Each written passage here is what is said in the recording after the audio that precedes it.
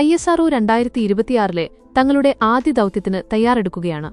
ജനുവരി 12 രാവിലെ ശ്രീഹരിക്കോട്ടയിലെ സതീഷ് ധവാൻ സ്പേസ് സെന്ററിൽ നിന്ന് PSLV-C-62 കുതിച്ചുയരും.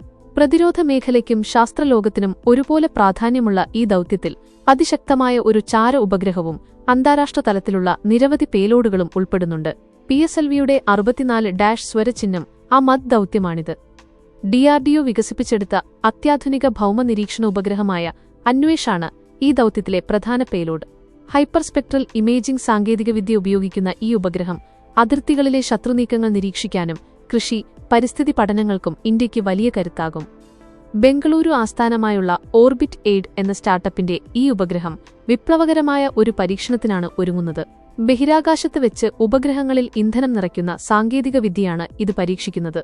ഹൈദരാബാദിലെ സ്റ്റാർട്ടപ്പുകൾ വികസിപ്പിച്ച ഈ ഉപഗ്രഹത്തിൽ ആർട്ടിഫിഷ്യൽ ഇന്റലിജൻസ് സൗകര്യമുണ്ട്. ഭൂമിയുടെ ചിത്രങ്ങൾ ബഹിരാകാശത്ത് വെച്ച് തന്നെ വിശകലനം ചെയ്ത് പ്രകൃതി ദുരന്തങ്ങളെക്കുറിച്ച് ഉടനടി മുന്നറിയിപ്പ് നൽകാൻ ഇതിന് സാധിക്കും.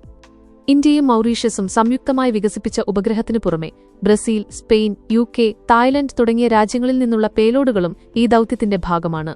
ബ്രസീലിയൻ കലാകാരൻ വിഭാവനം ചെയ്ത ഓർബിറ്റൽ ടെമ്പിൾ എന്ന പേലോഡും ഈ റോക്കറ്റിലുണ്ട്. ഇത് അടുത്ത 10 വർഷം ബഹിരാകാശത്ത് കറങ്ങുകയും സമാധാനത്തിന്റെ സന്ദേശങ്ങൾ കൈമാറുകയും ചെയ്യും.